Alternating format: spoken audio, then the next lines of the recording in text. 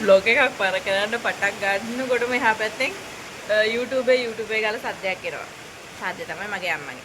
යාළුවනේ මගේ යාළුවෝ හැමෝම ගොඩාක් ආදරෙන් එකතු කරගන්නවත් දවස් මගේ බ්ලොග් එකට. ඉතින් යාළුවනේ අද මට බ්ලොග් එකක් ගේන්න වෙන්නේ නෑ මට සමා වෙන්න. ඉතින් හේතුව තමයි අම්මවයි තාත්තවයි එක්කගෙන මම යනවා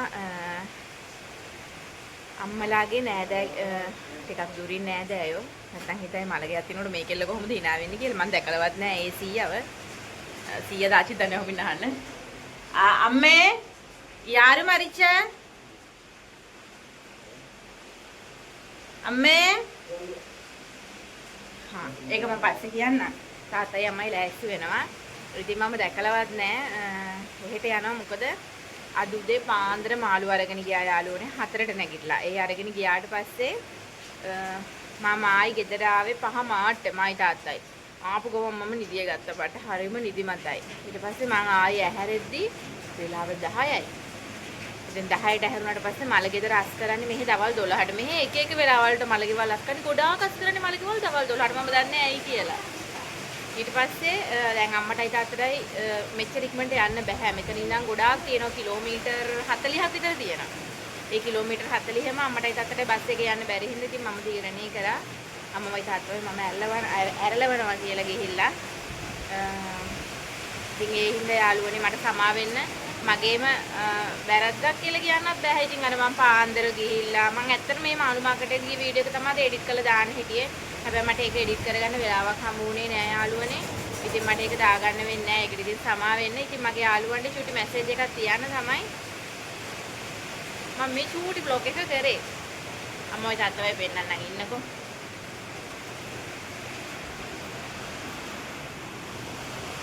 දෙන්නත් එක ලෑස්ති වෙනවා. රාජන් යාරි මරිච්චද? යාරි අම්මയോട് ഒരു അകന്ന ബന്ധുവാണ് ആണാണോ പെണ്ണ് ആ വലിയമ്മയാ എത്ര വയസ്സ് 60 വയസ്സ് കഴിഞ്ഞു 60 വയസ്സ് ആ අම්මගේ නෑදෑයෙක්ලු අගන්ද කියලා කියන්නේ ළඟම නෑදෑයෙක්ලු අපේ අම්මට එහෙම දුකක් නම් මට පෙවුන්නේ නෑ කොහොම හරි ආච්චි අම්ම කෙනෙක් නැති වෙලා තියෙන්නේ ඉතින් එහෙම මල ගෙදර තමයි යන්නේ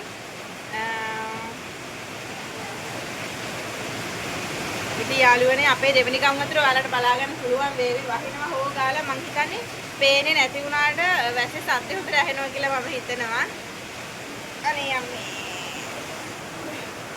ඔයාලට මං අද දැන් ඉන්නේ දුව වෙන්නන්නද ඒක හරි බ්ලොග් එකක් වෙච්ච ආවේ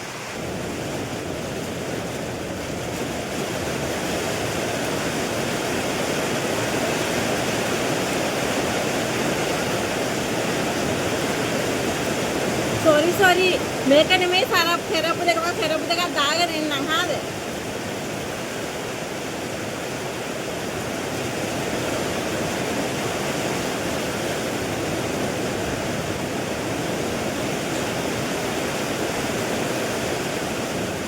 මගේ මහත්තයා මට අලුතෙන්ම අරන් දීපු සරප්පු දෙක එකක් දාලා මම ෆැෂන් ෂෝ එකක් ගිහලා පෙන්නන්න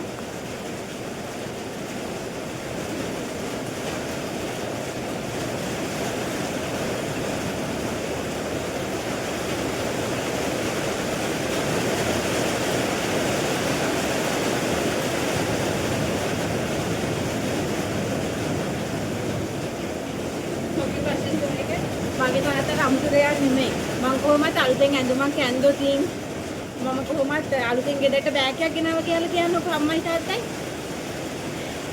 ඒක දාගෙන මම ඉතින් ෆැෂන් ෂෝ එකක් යනවා ඉතින් ඒක තමයි මම හැල්ලා පෙන්නේ මම ලස්සනයි මගේ ඇඳුම මම කෙට්ටු වෙලා නේද යාළුවනේ මගේ ඩයට් එක සක්සස් වෙලා මාත්තා இல்ல அது மாத்திரம் அதே வீடியோ செய்யணும் මම ඔයාලට මෙහි ගණන් මිනු වීඩියෝ එකක් කරන්න මගේ කාර් එකේ දැන් දවස් දෙකක වෙලා ඉඳන් බඩු ටිකක් තියලා තියෙනවා කියන්න මං කෙට්ටු වෙලා නේද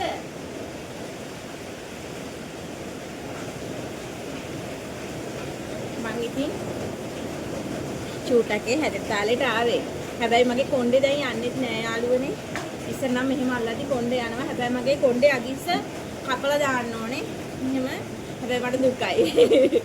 මගේ මහත්තයා එනකොට මම මගේ කොණ්ඩේ ඉස්සර තිබ්බ යාළුවනේ පස්සෙනුත් පල්ලෙට තිබුණා. ඉතින් ඒ ගානට වවා ගන්න මම ගොඩක් ආසාවෙන් ඉන්නේ. එහෙනම් අපි යන්නම්. චාචන් ඉඟුට වා. අම්ම ඉඟුට වා. වා. ஒரே ஒரு ஹாய் மாத்திரம். வினாடியா. சமயம் போ இங்கிட்டு வா. දෙන්න යන්නේ මලගෙදර වුණාට ගෝරකයි එතනින් ගියාට පස්සේ அது துரைக்க வேண்டாம் அது லிக்விட் வேண்டாம் ஃபோன் அது பின்னிடா அது തുറന്നാ ஃபோன் போവും අද vlog එකේ යාළුවනේ කිසිම එඩිටින් එකක් නැහැ දිගටම විතරයි කිසිම එඩිටින් එකක් නැහැ ඒ හින මොනවාරි වැරද්දක් තිබ්බ මොකද කියන්නේ මං කොහොමද පෙන්නන්නේ මගේ ඇත්ත ජීවිතේනේ අවුලක් නැහැ ගොඩාක් අය කියනවා ඔයාලගේ ගෙදරම කෙනෙක් වගේ දැන් කියලා. බට අපේ වීමැස්සි හැම තාත්තා එදාම රඹුටන් ගත්ත එක කියනවා. ඊයේ රඹුටන් ගත්ත එක තාත්තගේ ආලෝය කටින්නේ රඹුටන් ගත්ත කියලා අහන. එච්චරට මතකයි. ආච්චියම කොයිද කියලාත් ඇහුවා.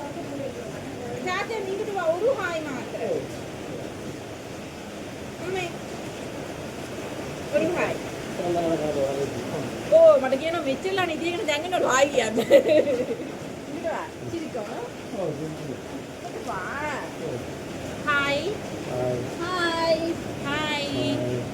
Ayubowan. Sri Lanka. මේ නැගිට යාළුවනේ මම ලස්සන වීඩියෝ එකක් අරගෙන මම ආයෙමත් හෙට එනවා ඔයාලව හම්බෙන්න ගිහින් එන්නම් මං අච්චු bye bye